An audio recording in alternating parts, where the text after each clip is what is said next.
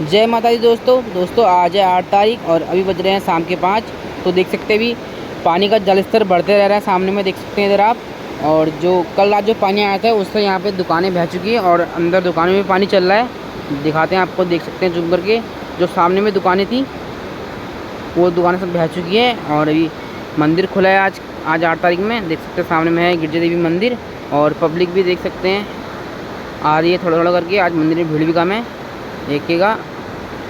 और यहाँ का देख सकते हैं पानी का जल स्तर बढ़ते रह रहा है। पहाड़ों में लगातार बारिश हो रही है, देख सकते हैं नीचे सामने में आप। तो आपको वीडियो पसंद आए तो लाइक करना। तो मिलते हैं आपको नेक्स्ट वीडियो में। जय माता दी।